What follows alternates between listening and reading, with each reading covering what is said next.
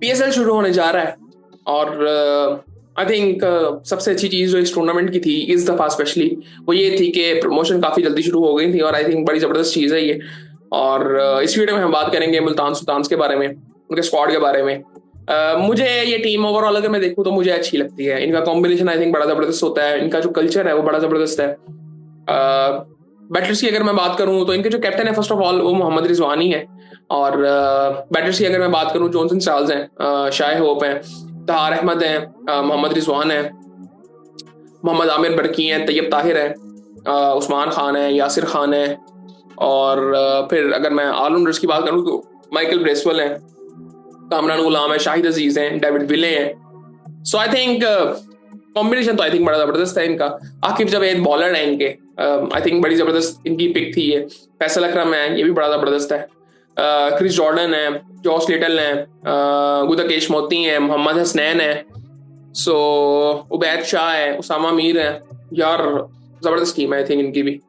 एक complete team लगती है हर तरह से। स्पिनर्स भी इनके पास हैं, फास्ट बॉलर्स भी हैं।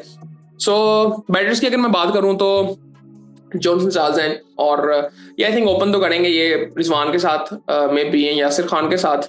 देखते हैं। ये मे बी आई थिंक पिछले साल हुआ था, यासिर खान और रिजवान ओपन कर रहे थे, जॉनसन चार्ल्स वन डाउन आ रहे थे।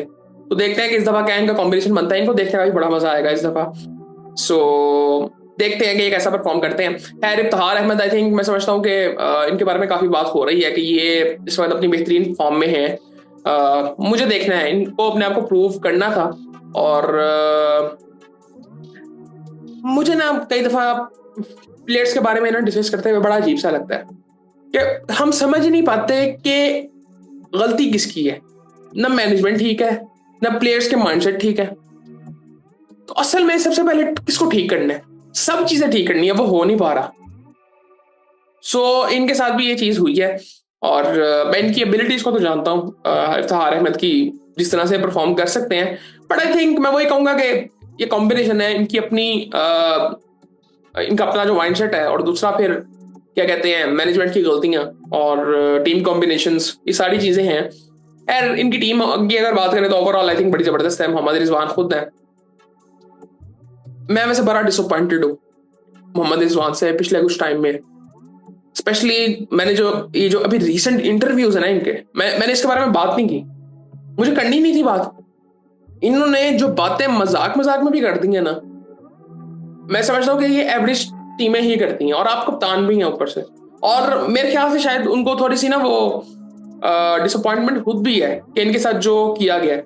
वो अभी उनसे एक चीज पूछी गई थी कि जी ये फैसले हुए आपको, उन्होंने कहा जी हमें नहीं पता, मेरा जितना काम है मैं उतना कर रहा हूँ, उन चीजों का मुझे पता ही नहीं है। सो आई थिंक अभी 6 महीने पहले बात हो रही थी कि हर चीज इनके हाथ में दी जाएगी। ये हमारे क्रिकेट में हो ही नहीं सकती, किसी डिपार्टमेंट में भी हो नहीं सकती। यार मैं इस पे इतनी लंबी बात कर ही नहीं सकता। और उनका जो एक वो पॉडकास्ट है जिसमें इन्होंने बताया था कि जी हमारी प्लानिंग क्या होती है, हमने किस तरह से फंसाना होता है सामने वाली टीम को। यार सीरियसली दुख हो रहा था वो चीज सुन के। ये माइंडसेट आज के दौर में भी हमारा है। उस वजह से हम तरक्की नहीं करते। खैर उसके बाद अगर बात करें तो मोहम्मद आमिर बड़की हैं, तैयब ताहिर है। तैयब ताहिर को अब सीरियसली परफॉर्म करना पड़ेगा, निहायत सीरियसली परफॉर्म करना पड़ेगा। उसको बड़ी बड़ी परफॉर्मेंसेस देनी पड़ेंगी। अब बहुत मौके मिले हैं उसको पाकिस्तान के लिए भी। अब ये फिर वो टाइम है T20 का कि उसको परफॉर्म करना पड़ेगा। मुझे ये ओवरऑल इसकी टेक्निक बड़ी जबरदस्त लगती है, बट इसको परफॉर्म करना पड़ेगा, इसको बड़ी इनिंग्स खेलनी पड़ेंगी, इसको मैच जिताने पड़ेंगे सीरियसली। उस्मान खान को भी आई थिंक अब इनको बड़ा सीरियसली इस्तेमाल करना है कि कहाँ पे इस्तेमाल करना है। मेरे ख्याल से इस दफा भी मिडिल ऑर्डर में खिलाएंगे। बट आई थिंक ओवरऑल अगर देखें तो वो कह सकते हैं कि मुल्तान की तरफ से तो बड़ा जबरदस्त परफॉर्म करते हैं। यासिर खान खुद है, आई थिंक इनकी परफॉर्मेंस बड़ी जबरदस्त थी। उसके बाद ऑलराउंडर्स की अगर बात की जाए तो माइकल ब्रेसवेल है। इसको तो मैं वही बात करूंगा दोबारा कि इसको हमने ही बनाया है। ये पहली दफा खेला भी हमारे खिलाफ था और आई थिंक वहां से इसको जरा हाइप मिली थी जब हम न्यूजीलैंड गए थे। और आजकल इसकी परफॉर्मेंसेस देख लें, फिर आप कप्तान भी है टीम का। और देख रहे हैं हम इसको आजकल। कामरान गुलाम, मैं इससे बड़ी रियल परफॉर्मेंसेस चाहता हूँ इस टूर्नामेंट में। बड़ी ज्यादती की है इसके साथ। ये टीम से बाहर हुए, उसका एक्सक्यूज भला क्या था? आकिब जावेद साहब कहते हैं कि उसकी फील्डिंग की वजह से वो बाहर है। आप जॉन्टी रोड्स आपने खिलाए हुए टीम में। ये ओडीआई टीम से बाहर क्यों है? मेरी समझ से बाहर है। इसको ना टेस्ट से बाहर होना चाहिए, ना ओडीआई से बाहर होना चाहिए, एटलीस्ट पाकिस्तान में। यार ये सीरियस कंसर्न था कि ये टीम से बाहर क्यों है। मुझे नहीं पता क्यों बाहर है, ये जो रीजन दिया है ना इन्होंने, ये नॉनसेंस है बिल्कुल। इसीलिए मुझे मैनेजमेंट से कोई उम्मीद नहीं होती। उसके बाद शाहिद अजीज हैं, इनके बारे में भी काफी बात हो रही है। ऑलराउंडर है, 21 साल इनकी उम्र है। नाम तो इनका काफी आई थिंक आता था वैसे भी। सो आई थिंक देखते हैं कैसा परफॉर्म करते हैं। डेविड विले हैं।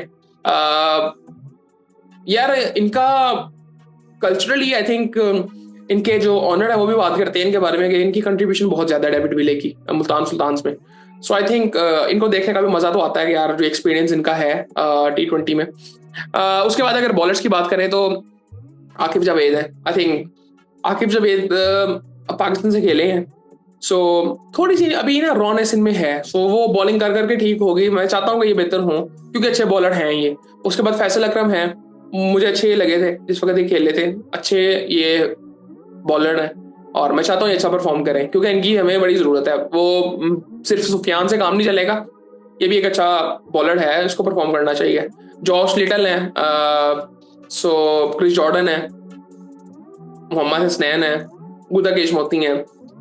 हसनैन ने मुझे बड़ा डिसअपॉइंट किया है वैसे। अगर मैं सीरियसली देखूं उसमें जो इम्प्रूवमेंट आनी चाहिए थी पिछले कुछ टाइम में, बात हो रही थी कि ये मेरे ख्याल से ये कोई ट्रेनिंग करके आए थे अपने आप को, जरा इन्होंने अपने आप पे इन्वेस्ट किया था। ये इंग्लैंड गए थे, अच्छी बात है, ऐसे प्लेयर्स को करना चाहिए।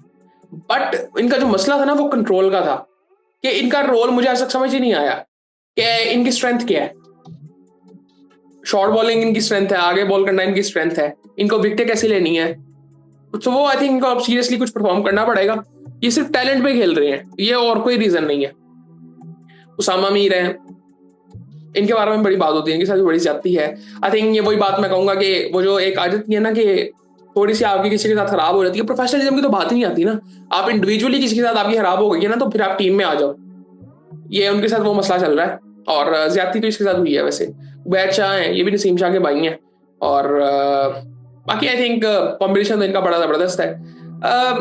इन प्लेयर्स के बारे में आई थिंक मैं इसलिए नहीं इतनी बात कर सकता क्योंकि हमने की हुई है बातें इनके बारे में। मोस्टली अगर मैं पाकिस्तानी प्लेयर्स की बात करूं, हमने इनके बारे में बात की हुई है। और मुझे ये ओवरऑल टीम भी बड़ी जबरदस्त लगती है और इनका जो आई थिंक वर्क एथिक है टीम का। इवन दो मैंने जो अभी ये इंटरव्यूज देखे हैं अली के, मैं हर चीज से एग्री नहीं करता। बट आई थिंक मैं ना अगर उनके नजरिए से आप देखें ना तो भाई ये इरिटेटिंग है।